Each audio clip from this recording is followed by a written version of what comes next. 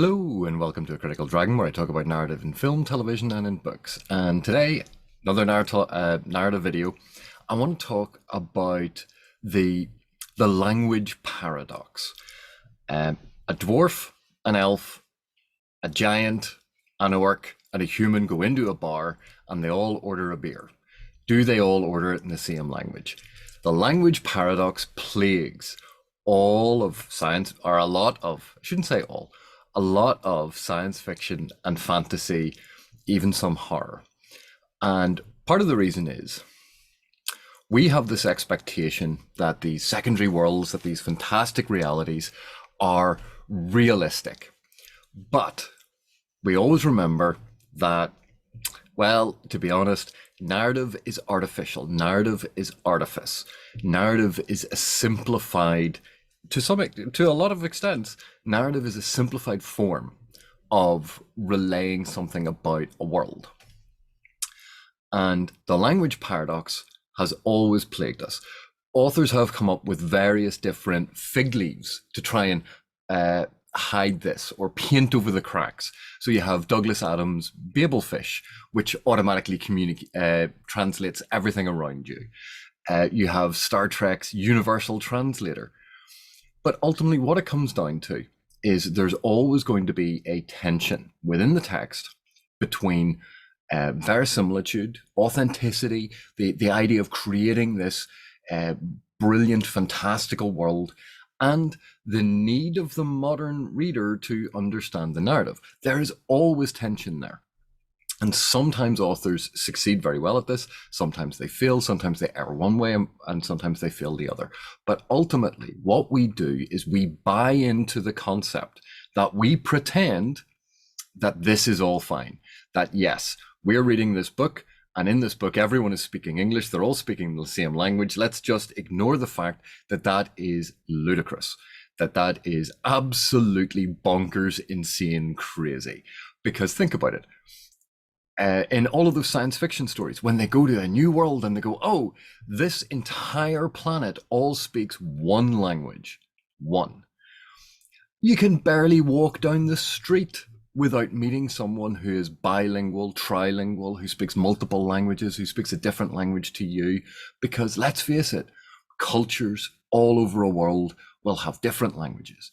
But we buy into it because if writers always had to focus on solving this problem, it would drive everyone insane. There would be all of these episodes, there would be all of this technical data, there'd be all of these excuses given as to why these people can talk to each other. And yes, in some ways, it breaks the immersion, it breaks the reality, it breaks the verisimilitudinous nature of this world. It does, because it doesn't make sense that entire races, entire cultures, entire species have only one language. And when they meet other species or races or cultures, they can communicate freely. It's weird. It's strange. It's something we just accept. And it goes into our willing suspension of disbelief.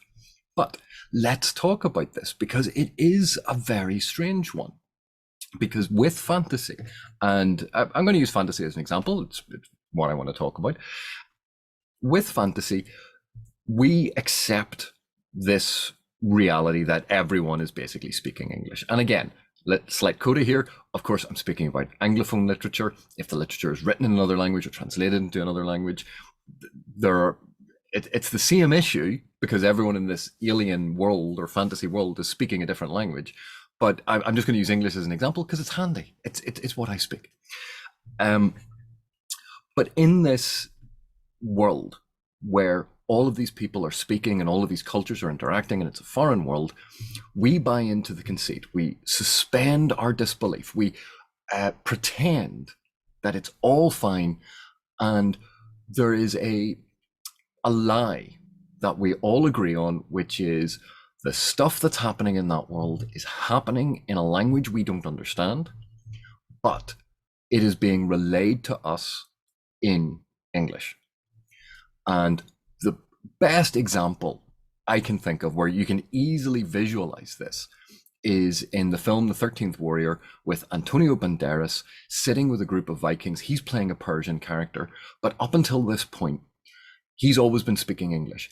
But we have the conceit, the lie, that when he speaks English, we're it's meant to be understood that he's actually speaking Persian. When he hears English, he's hearing Persian. But he sits with these Vikings, and I can't remember if they're speaking Icelandic or Old Norwegian or something like that, but it's meant to be the Viking language for the story. And as he's listening to them, words of English start dropping into it. So it reflects this diegetic position, this position within the narrative that we're in his point of view, and he is now understanding some of these words. And slowly over time, all of their speech turns to English, reflecting the fact that he understands them. And that's what we have. Suddenly everyone is speaking English, and we go, well, they haven't actually started throwing in the English words. They're still speaking their language, but we, through him, are now understanding it, and we're understanding it in English. We've bought into this artifice. We've bought into this conceit. We have bought into this contrivance to make the story more understandable, so that we don't have to read subtitles all the time, and all of these actors don't have to learn all of the lines, potentially in a language entirely foreign to them. We can talk about that another time. But there's a moment then when Antonio Banderas's character starts speaking English to them. And this is a moment where that contrivance suddenly shifts, because now English that we are hearing is no longer linked to the diegetic Persian, it's now linked to the diegetic Old Norse. Because now when he speaks English, when he hears English, it's all meant to be the dialect of these Vikings, the language of these Vikings. And it's a fantastic moment. The entire sequence is absolutely brilliant. But this artificiality, while we in general buy into it, while in general we don't have a problem with it, sometimes throws up issues. And it's when language within that world breaks our immersion. Now, Tolkien, and I think it's in The Lord of the Rings, has the narrator make a metaphor about the speed of the fireworks that Gandalf is using, and he uses the expression something like the speed of a steam engine. And that breaks the immersion, because instead of the narrator being hidden, instead of this being a seamless narrative all set in this world and all the language associated with this world, it now appears that the narrator of this is from a different time period, because the narrator has knowledge of steam engines which don't exist in The Lord of the Rings. And for this purpose, it's very easy to think of narrative perspectives as narrators, as people, as characters. It's not necessarily the case. I have a video on that, but there's an assumption then that this narrative perspective, this awareness, this thing that is telling us the story, that is narrating the story to us, knows about steam engines when no one else in The Lord of the Rings does. And that can be quite breaking for a narrative. It can ruin our immersion, because suddenly we get this language that doesn't fit. And that's an easy one to understand why. It's an anachronistic level of technology. It's like a charioteer in Spartacus wearing a digital wristwatch. That shouldn't happen in the gladiatorial chariot races. So we can understand chronological anachronism. That makes perfect sense. We can see why that is a mistake. That's a problem. So what about language itself? So if we imagine this artifice, this conceit, it's not just that they are saying something, we're hearing it in English. The sort of philosophy or ideology or the concept behind all of it is, where there is a direct counterpart in English, that the fantasy word gets translated directly into English. And obviously the grammar gets fixed, the syntax gets fixed, everything gets fixed so that it fits with reading in English. So where something is an apple in the fantasy world, and the word for apple may be pla pla, but the characters aren't going to say that. They're going to say apple, because everything is being rendered into English. The fruit that they are holding is analogous to an apple in our world. Therefore, the narrative translates it for us. Not a problem with that. That seems eminently understandable, eminently straightforward. Everyone can buy into it. Authors are happy because it means they don't have to invent fantasy words for everything. Readers are happy because they can understand the text. But what happens when an author has something in the fantasy world that doesn't have a real world counterpart. And that's where, that's where we get the invention of fantasy language. Now, obviously, Tolkien took this to extremes. We're not talking about Tolkien. Tolkien is an exception to this whole discussion about fantasy languages. But in general, not every fantasy author is like Tolkien, where they're going to create entire languages, but they will create certain fantasy words, particularly for ideas, concepts, items, monsters, people, races, things like that. Anything that doesn't really have a real world counterpart, you can use a fantasy word. So they invent a fantasy word, and then they typically give a little bit of context before it, after it, a couple of pages after it. It's one of the things that gets explored and explained, so that even though it is a fantasy word, you pick up its meaning through contexts. So when the hero is walking down the road and there's, oh, look at that fruit tree. Oh, I fancy a fresh kapla. And they pick it and they go, oh, and the juice of the kapla runs down his chin. Even though it is a nonsense word that, sounds a wee bit like the Klingon kapla, even though it's a nonsense word, because we were told it was a fruit tree, because we were told the juice ran down his chin, we understand that this weird fantasy word is a type of fruit that is juicy. And you go, that's enough. So that's one thing. When there isn't a direct counterpart in English, the author will invent a fantasy word. And we can see this actually in modern day, or even translations from English to French, French to English. The English dish, dessert thing, custard. The closest thing that you have to that in French, I think, is crème anglaise. So custard is crème anglaise. So if in a fantasy world they are eating custard, and you have a fantasy novel where they are eating custard, this novel gets translated into French, the French word for that is crème anglaise. But the cream of the English do not exist in this fantasy world. So how can they be eating crème anglaise when there are no anglais in the fantasy world? Because that's the modern day French counterpart to the English that it was being translated from, which is what they are eating in the narrative in a fantasy world. So you can see this, because it's the modern French word for it, that's what gets used. And it's not a direct corollary, but it's close. We can see it in reverse. In French, l'esprit d'escalier, the spirit of the staircase, is a concept. And I can't remember what it was. I think it was Richard E. Grant in one of the Scarlet Pimpernel maybe adaptations. But he describes l'esprit d'escalier, and it's carriage wit. The concept of, you think of the perfect retort after you've left the party. That's what it is. But there's an expression in French which has no direct counterpart in English. So in this adaptation, Richard E. Grant's character gives this expression, carriage wit, and then has to explain it as, well, it's when you're back in the carriage after the event and you suddenly think of the perfect retort. We can all understand that. We've all gone, oh, if only I'd said that earlier, that would have been perfect. But we can see how there isn't a direct counterpart. He invents something, but then has to explain it because it's an invention. And this is what we see in fantasy worlds, because when something gets invented, there has to be context.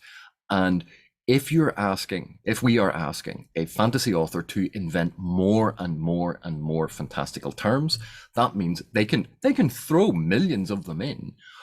But ultimately, it'll get to a point where we are deciphering a text rather than reading a narrative, because so much of it will be, here's a fantasy term, now here's the context to explain the fantasy term, and it will become bogged down. There has to be a balance. So let's talk about the crème anglaise example. I think is a good way to segue into this. What about terms in English that have very specific etymological roots? So for instance, an Achilles tendon. Achilles doesn't exist in the fantasy world unless it's, obviously about the Greeks. Very specific to Greek mythology, very specific to Greek history, the Greek culture, very specific to those things. So why can you or should you not use a term like the Achilles tendon in fantasy?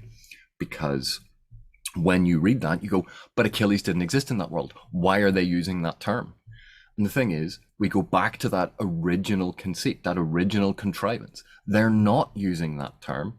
They are using a different term, and the modern day English equivalent is the Achilles tendon, because the language in the text is for us, the reader, not for the characters. The language in the text is artificial. But this does lead to an issue, because there are certain words which will throw us out of the narrative, because it causes that reaction. It causes that momentary, How can they be referring to that? And we see this, it's similar in effect to times when we go, oh, the author overuses this word, or, oh, this is one of the author's pet words and they use it all the time, or I really can't stand that word and this occurs all the time in the book. Sometimes we have these self-fulfilling prophecies where if we notice something, we will now notice it all the time. Even though if, say, a novel is 150,000 words long and the author has used it 3 times, you go, oh, they use that word an awful lot, because it should only be used once. Like 3 is not a lot in 150,000 words. But you go, oh, but it's a really rare word, so it shouldn't be used a lot. You go, well, rarity is again dependent on context and dependent on circumstance. For instance, the word verisimilitude doesn't really come up an awful lot in standard conversation, and yet comes up a lot on my channel. Do I overuse it? Maybe. But it's something that is relevant to what I'm talking about. It's something that is part of the discourse about this. Therefore, the word verisimilitude fits. And for those still playing the ochre game, ochre, ochre, ochre. But when we think of words like an Achilles tendon or an Adam's apple, which is often misattributed to the Bible when it's actually a derivation of pomegranate, but that's beside the point. These things can throw us out of the narrative because we understand their context, we understand their etymology, we understand where they come from, and it breaks our immersion in this secondary world. But when we think about it, ideologically speaking, philosophically speaking, in terms of the contrivance, in terms of the artificiality of narrative, it still fits with what the narrative is doing. And then we have to consider the fact that there are a lot of words, because obviously all words have etymology, like all words come from somewhere, but there are a lot of words that we accept, particularly in fantasy, that are exactly the same as an Achilles tendon. Assassin, there's one. Nemesis, that's even better example for an Achilles tendon. Nemesis, the Greek god, the Greek deity that gave rise to the concept of having a nemesis, and that's why it's named after them. That is very, very specific. What about barbarian? Vandal, thug. All of these words have very specific etymologies. All of these words come from somewhere. All of these words you can locate and go, that's where this word came from. And it's specific to this. And when we think of different types of weapons, that's actually quite a good one. Because here is one of the things that sort of crops up. In a lot of fantasy worlds, they will have a range of, say, different types of swords. They might have a gladius. They might have a long sword. They might have an arming sword. They might have a 2-handed sword. They might have a zweihander. They might have a rapier, a cutlass, a dirk. All of these different terms. And for the vast majority of fantasy readers, and here I'm making a massive generalization that I have no real basis in fact, I'm just guessing. But I'd say the vast majority of fantasy readers don't really have a problem with all of the different names for weapons, because they're all different types of swords and it helps you visualize them. Even though a lot of those swords have a very specific historical or cultural context, and they're not even from the same technological time periods. They span huge periods of time. So in technological terms, they shouldn't be in the same world. And yet, that's one that we can kind of just brush under the carpet, unless we're a specialist in historical weaponry, or a specialist in military history, or a specialist in metallurgy, where we would have an interest in going, well, you can't really have that because that's a Bronze Age weapon, that's an Iron Age weapon, and he's using steel. Why are the three rocking around at the same time? And it can be very, very off-putting for someone who has that level of specialist knowledge to see these things together, because it suddenly throws them out of the narrative. But for the vast majority of readers, I would guess that that's not a big deal. Who cares? A sword is a sword. And this is what we come back to about a lot of these cultural, philosophical, ideological terms that get used. And again, we can still come back to that contrivance, that what the characters are saying is they are saying it in their language. They are rendering the concepts in their language. But in order to communicate it to the modern day reader, it has to be communicated in modern day English. But there is always a threshold or a level or a point at which an author will use a term or a word or a phrase that will be one too many for you. And this is because, again, the author has intentions about their text. The author creates the text. The text remains fixed. But we as reader are individuals. We create our own meaning. We create the narrative in our minds. Because of that, we interpret the narrative based on our level of experience, our level of education, our interests, the encyclopedia of knowledge that we all have tucked away in our brains. When we watch a TV show and we see that there's, you get those blooper reels and things about continuity errors or strange mistakes that they made. So, for instance, a crew member being visible in the background, and people go, "Oh, that's absolutely terrible. That ruins the immersion. You saw the cameras in a reflection." You go, "Yeah, but it was for a split second, and like I enjoyed the rest of the 2.5 hour movie. Did it really ruin the movie for me? No, not really." But other people would go, "Oh, it completely threw me out of it. I was then aware of the artifice of it being a film." And that's the thing. We read, we experience film, we watch TV. A lot of this is we're trying to ignore the fact that we are reading. We want to be immersed. We want to ignore the fact that it is artificial. It is not real. And we have that suspension of disbelief, and things can break it. But it will always be dependent on who we are as readers. And what breaks the narrative for you may not be the same as what breaks the narrative for me. And that's kind of what I wanted to talk about in regard to this one, because it is something that plagues science fiction and fantasy. Like, think of the number of silly reasons why an entire planet in a science fiction show has everyone is the same culture, everyone wears the same clothes, everyone speaks the same language, and all of the people on the spaceship can land, breathe the air, despite the fact that, bacteria and microbes and viruses from that planet will be completely different to the ones that their bodies are used to, and they're all likely going to die. Why is there only one language? Why is there only one culture? Even within if you pick one culture here and you go, here is this culture, when you look inside it, and this is another thing I've talked about, you'll find there are subcultures making up that culture.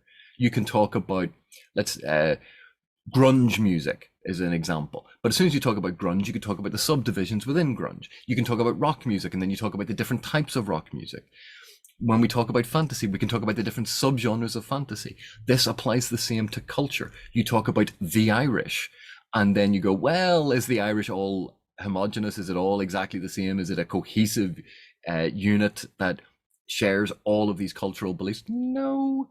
Lots of different places in Ireland, and they all have their own unique spin on what is being Irish. And you have that the further down that you go. So we see this, we know it doesn't make any sense. We know it's illogical. We know this is silly, but we are willing to go with it because that is not the focus. It's not the important aspect of the story. It is part of the artificiality in this packaging of the narrative to let us experience the narrative. And we go, yeah, we'll just go along with it for now until it becomes a problem. So that is why I wanted to address this. It does lead into some other issues, which I'll probably address in some other videos, but I was trying to keep this one relatively short. Thank you so much for watching, and I'll see you in the next one.